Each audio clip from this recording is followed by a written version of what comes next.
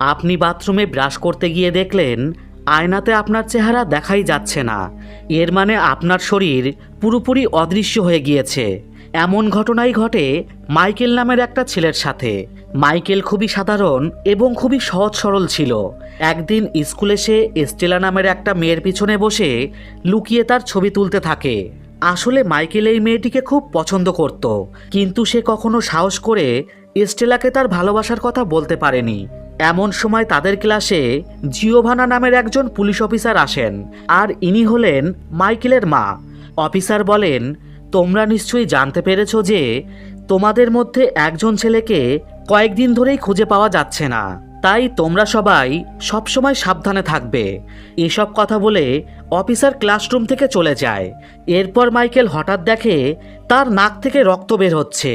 এজন্য সে তাড়াতাড়ি করে ওয়াশরুমে আসে, কিন্তু সেখানে স্কুলের কয়েকটা বাচ্চা এসে তাকে অনেক বিরক্ত করে। মাইকেল খুব ভীতু হওয়ায় সে তাদেরকে কিছুই বলতে পারে না। তবে সে শুধু মনে মনে ভাবতে থাকে, যদি এমন একটা দিন আসতো যে আমি তাদের ওপর প্রতিশোধ নিতে পারতাম। ওই দিন রাতে স্কুলে একটা অনুষ্ঠান ছিল, এজন্য মাইকেল তার জমানো টাকা নিয়ে কস্টিউম কিনতে একটা দোকানে যায় এবং সেখানে গিয়ে সে ভূতের ড্রেস খোঁজ করতে থাকে। কিন্তু দোকানের একটা ছেলে তাকে বলে, এই সুপারহিরো চাইনিজ কস্টিউমটা তুমি নাও। মাইকেলের ড্রেসটা খুব একটা পছন্দ হয় না, কিন্তু টাকা কম থাকায় সে ওই ড্রেসটাই কিনে নেয়। বাড়িতে এসে ড্রেসটা পরার পর মাইকেল মন খারাপ করে বসে থাকে, কারণ এই ড্রেসটা পরার পর তার একদমই ভালো লাগছিল না। কিন্তু তার মা এসে তাকে বলে, তোমাকে সত্যিই অনেক ভালো লাগছে, আর তুমি তাড়াতাড়ি করে অনুষ্ঠানে চলে যাও। এরপর মাইকেল অনুষ্ঠানে এসে অনেক মজা করছিল, আর সেখানে স্টেলার সাথে কথা হওয়ায় তার মন পুরো খুশিতে ভরে ওঠে। কিন্তু সেই বদমাশ বাচ্চাগুলো মাইকেলকে আবারও বিরক্ত করতে শুরু করে আর বলে, আমরা জানি তুমি তোমার মোবাইলে চুরি করে স্টেলার অনেক ছবি তুলে রেখেছো এবং ভিডিও রেকর্ড করে রেখেছো। কিন্তু মাইকেল এইসব কথা অস্বীকার করে। তখন ওই ছেলেগুলো মাইকেলের মোবাইল নিয়ে টিভিতে চালিয়ে দেয়, আর দেখা যায় তার মোবাইলে ওই মেয়েটার অনেক ভিডিও রেকর্ড রয়েছে। এটা দেখে স্টেলা অনেক রেগে গিয়ে মাইকেলের দিকে তেড়ে আসে। মাইকেল খুব ভয় পেয়ে সেখান থেকে পালিয়ে নিজেকে ওয়াশরুমে বন্দি করে নেয়। আর তখন বাইরে সেই বদমাশ বাচ্চাগুলো বলতে থাকে, তুমি একটা মেয়েকে দেখে ভয় পাচ্ছ, তুমি আসলে একটা ভিতুর ডিম। মাইকেল তখন আয়নার সামনে দাঁড়িয়ে নিজের সাথে নিজে কথা বলতে থাকে। সে চিৎকার করে বলে ওঠে, আমাকে অদৃশ্য করে দাও। তখন হঠাৎই সেখানে কারেন্ট চলে যায়, আর মাইকেল জানলা দিয়ে পালিয়ে তার বাড়িতে চলে আসে। পরের দিন সকালবেলায় মাইকেল ঘুম থেকে উঠে বাথরুমে যায়, আর যখন সে আয়নার সামনে দাঁড়িয়ে ব্রাশ করছিল তখন সে দেখে তাকে আয়নায় দেখাই যাচ্ছে না। তবে তার পোশাক দেখা গেলেও সে পুরোপুরি গায়েব হয়ে গিয়েছিল। মাইকেল বুঝতে পারে সে তাহলে সত্যি সত্যিই অদৃশ্য হয়ে গিয়েছে। এরপর সে তার পুরো শরীর কাপড় দিয়ে ঢেকে স্কুলে এসে পৌঁছায়, আর সে ঠিক করে তাকে যারা বিরক্ত করত সে এখন অদৃশ্য হয়ে তাদের ওপর প্রতিশোধ নেবে। এজন্য সে তার সব কাপড় খুলে স্কুলের ভিতরে ঢুকে পড়ে এবং গায়ে কোনো জামা কাপড় না থাকায় মাইকেলকে কেউ দেখতে পায় না। আর এই সুযোগে সে ক্লাসে সবথেকে যে শয়তান বাচ্চাটা ছিল তার কাছে থাকা পিচকারি পিস্তলটা দিয়ে সে টিচারের বোর্ডে মারে। এজন্য তাকে শাস্তি হিসাবে ক্লাস থেকে বের করে দেওয়া হয়। পরের দিন জানা যায় তার ক্লাসের আরও একজন বাড়ি থেকে পালিয়ে গিয়েছে। এজন্য একজন মনোরোগ বিশেষজ্ঞ সকল ছাত্রদের বোঝানোর জন্য সেখানে আসে। কিন্তু মাইকেল তখন দেখে সে আবারও ধীরে ধীরে অদৃশ্য হয়ে যাচ্ছে, তাই সে দ্রুত পালিয়ে সেখান থেকে চলে যায়। এরপর সে তার পুরো শরীর কাপড় দিয়ে ঢেকে বাড়িতে এসে পৌঁছায়, কিন্তু তখন তার ছোট বোন ক্যান্ডেলা তার ঘরে এসে বসেছিল। মাইকেল দেওয়ালের দিকে মুখ করে তাকে সেখান থেকে চলে যেতে বলে, কিন্তু ক্যান্ডেলা বাইরে যাওয়ার নাটক করে তার পিছনে এসে দাঁড়িয়ে থাকে। মাইকেল মনে করে তার বোন বাইরে চলে গিয়েছে, তাই সে তার মুখ থেকে মাফলার সরিয়ে যখন সে পিছনে ঘোরে তখন ক্যান্ডেলা তাকে দেখে প্রচণ্ড ভয় পেয়ে চিৎকার করে ওঠে। মাইকেল তাড়াতাড়ি তার বোনের মুখ চেপে ধরে বলে, তুমি এই কথা কাউকে বলবে না। আমি যেদিন এই কস্টিউম এনেছিলাম সেদিন থেকেই আমি অদৃশ্য হওয়ার শক্তি পেয়েছি। এরপর মাইকেল তার মাকে ফোনে কারোর সাথে কথা বলতে শোনে। সে তার মায়ের কথা শুনে জানতে পারে যে সে তার মায়ের আসল ছেলে নয়। তাকে কেউ একজন বাড়ির দরজার সামনে এসে রেখে গিয়েছিল, আর তখন থেকেই সে এই বাড়িতে বড় হয়ে উঠেছে। এই সব কথা শুনে মাইকেল অনেক কষ্ট পেয়ে সেখান থেকে চলে যায়। এরপর দেখা যায় মাইকেল দোলনায় বসে দোল খাচ্ছে। এমন সময় স্টেলা সেখানে আসে।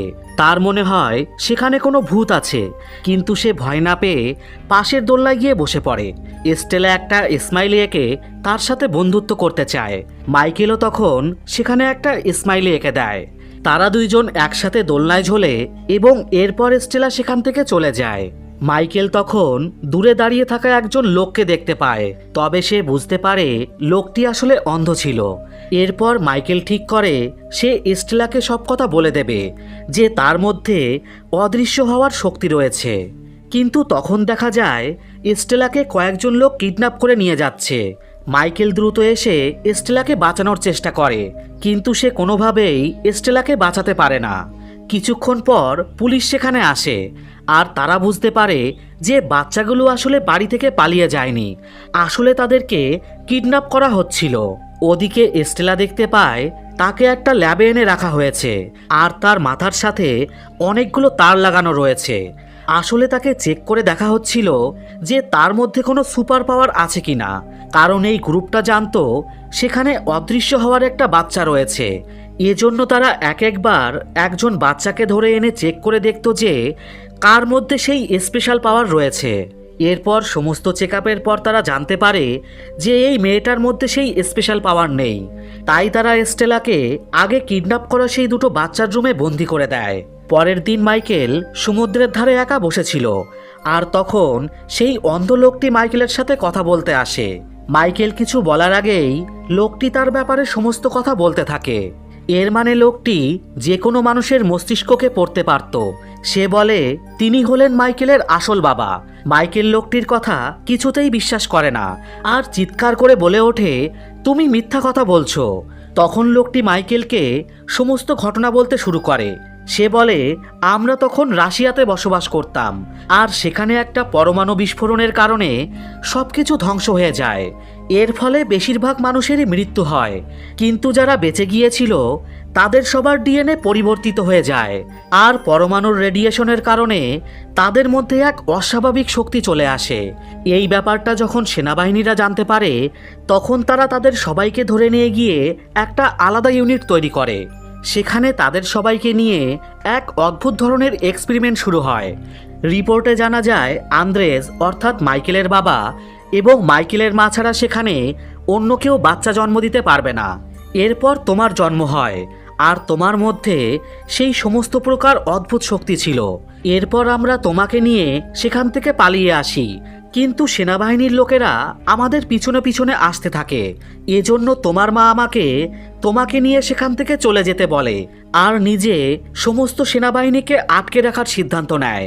হয়তো সেই দিন তোমার মা সেখানেই মারা গিয়েছে, আর আমার মনে হয়েছিল তুমি আমার কাছে সুরক্ষিত থাকবে না, তাই আমি ওই পুলিশ অফিসারের দরজার সামনে তোমাকে রেখে এসেছিলাম। মাইকেল তখন বলে, এর মানে তাহলে ওই পাওয়ারটা আমার কাছে আগে থেকেই ছিল? মাইকেলের বাবা বলে, হ্যাঁ, ওই পাওয়ারটা তুমি আমাদের কাছ থেকেই পেয়েছো। এছাড়া সে আরও বলে, আমি মানুষের মস্তিষ্ককে পড়তে পারি এবং যে কোনো মানুষের যে কোনো স্মৃতিশক্তি মুছে ফেলতেও পারি। এসব কথা বলে সে মাইকেলকে একটা ড্রেস দেয়, যে ড্রেসটা পরলে সেটাও মাইকেলের সাথে অদৃশ্য হয়ে যাবে। আর এরপর মাইকেলের বাবা সেখান থেকে চলে যায়। অন্যদিকে দেখা যায় মাইকেলের সাথে দেখা করার জন্য তার এক টিচার মাইকেলের বাড়িতে এসেছে, এবং কথা বলার সময় মাইকেল লক্ষ্য করে যে তার টিচারের হাতে কুকুরের কামড়ের দাগ রয়েছে। এতে করে সে বুঝতে পারে যে সেই স্টেলাকে কিডন্যাপ করেছিল। মাইকেল তখন তার রুমে চলে আসে আর অদৃশ্য হয়ে সেখান থেকে পালিয়ে চলে যায়। এরপর সে রাস্তায় মাইকেলকে বিরক্ত করা সেই ছেলে মানে ইভানকে সে দেখতে পায়। সে তখন ইভানের বাইকে এসে বসে আর দ্রুত বাইক নিয়ে সেখান থেকে যেতে বলে। এরপর একটা ফাঁকা জায়গায় এসে মাইকেল ইভানকে সমস্ত ব্যাপারটা খুলে বলে। ওদিকে স্টেলা বুদ্ধি খাটায় যে তারা যদি একজনের ওপর আরেকজন ওঠে তাহলে তারা ছাদের ঢাকনা খুলে ওপরে উঠতে পারবে। স্টেলার এই বুদ্ধিটা পুরো কাজে লেগে যায়, আর সে ওপরে এসে দেখে তাদেরকে আসলে একটা জাহাজের মধ্যে আটকে রাখা হয়েছে। স্টেলা সেখানে একটা সার্চ লাইট দেখতে পায়। তার বিশ্বাস ছিল তার অদৃশ্য বন্ধু নিশ্চয়ই তাকে খুঁজছে। এজন্য সে ওই সার্চলাইটে একটা স্মাইলি ফেস বানিয়ে দেয়। আর মাইকেল তখন ওই স্মাইলের আলো দেখে বুঝতে পারে যে স্টেলা এখন কোথায় রয়েছে। তাই সে ইভানকে নিয়ে তার বন্ধুদের বাঁচাতে চলে আসে। কিন্তু তখন একটা গার্ড এসে স্টেলাকে ধরে ফেলে। ইভান তার পিচকারি বন্দুক দিয়ে ইলেকট্রিক বোর্ডে শর্ট সার্কিট করে দেয়। অন্যদিকে মাইকেল অদৃশ্য হয়ে ভিতরে এসে দেখে যে তার টিচার আর কয়েকজন গুন্ডা মিলে তার পালিত মা আর তার বাবার ওপর নজর রাখছে। আসলে তারা মাইকেলকে খোঁজার জন্য ওই জাহাজের দিকেই আসছিল।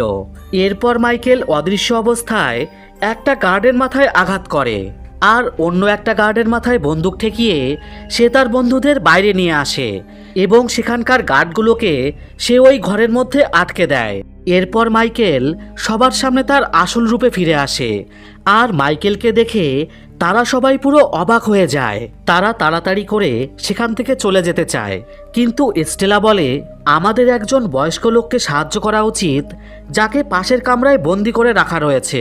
মাইকেল তার কথায় রাজি হয়ে তার সাথে সেই রুমে যায়, কিন্তু দেখা যায় স্টেলা মাইকেলকে ওই গুন্ডাগুলোর কাছে নিয়ে আসে আর হঠাৎই স্টেলা সেখানে অজ্ঞান হয়ে যায়। তখন একজন বয়স্ক লোক বলতে শুরু করে আমি যে কোনো মানুষের মস্তিষ্ককে নিজের কন্ট্রোলে করে নিতে পারি আর আমি স্টেলা এবং তোমার টিচারকে আমার কন্ট্রোলে নিয়ে তোমার বিরুদ্ধে কাজে লাগিয়েছি। এরপর তারা মাইকেলকে ধরে ফেলে আর দেখা যায় মাইকেল আর স্টেলাকে একটা সাবমেরিনে ঢুকিয়ে রাশিয়ার উদ্দেশ্যে পাঠিয়ে দেওয়া হচ্ছে। অন্যদিকে মাইকেলের আসল বাবা তার পালিত মাকে নিয়ে সেখানে এসে পৌঁছায় আর তারা সেখান থেকে মাইকেলের টিচার জিভান এবং বাকি দুই বাচ্চাকে উদ্ধার করে। ওদিকে সাবমেরিনে মাইকেল তার সুপার পাওয়ার ব্যবহার করে সবকিছু ভাঙচুর করে ফেলে এবং কন্ট্রোল রুমের ভিতর সবাইকে আটকে বাইরের থেকে দরজা বন্ধ করে দেয়। এরপর মাইকেল স্টেলাকে নিয়ে ক্যাপসুলের সাহায্যে ওপরে উঠে আসে, যেখানে তাদের জন্য সবাই একসাথে অপেক্ষা করছিল। মাইকেল খুব খুশি হয়ে সবাইকে তার পাওয়ার দেখাতে শুরু করে। সে হঠাৎ করেই অদৃশ্য হয়ে যায় এবং আবারও নিজের আসল রূপে ফিরে আসে। কিন্তু তখন তার বাবা তাকে বলে তুমি তোমার এই ক্ষমতাকে তোমার নিজের মধ্যেই রাখো, কারণ তুমি যদি তোমার পাওয়ার সবাইকে দেখাও তাহলে সবাই তোমাকে ব্যবহার করার চেষ্টা করবে। এজন্য তুমি সবসময় সাধারণ মানুষের মতন হয়ে থাকবে। এরপর মাইকেলের বাবা তার স্পেশাল পাওয়ার দিয়ে সেখানকার সবার মেমোরি মুছে দেয়। এর পরের দৃশ্যে মাইকেল যখন স্কুলে যায় তখন সেই বাচ্চাগুলো আবারও তাকে বিরক্ত করতে আসে, কিন্তু মাইকেল বলে তোমরা যদি নিজেদের ভালো চাও তাহলে আমার থেকে দূরে থাকো। এরপর কাহিনীর শেষ দৃশ্যে দেখা যায় যে মাইকেলের আসল মা তখনও বেঁচে আছে। এছাড়া মাইকেলের আরেকটা ছোট বোনও ছিল আর মাইকেলের বাবা তাদেরকে আলাদা আলাদা জায়গায় রেখেছিল এবং দেখা যায় মাইকেলের মা মাইকেলকে এবং তার ছোট বোনকে খুঁজছে।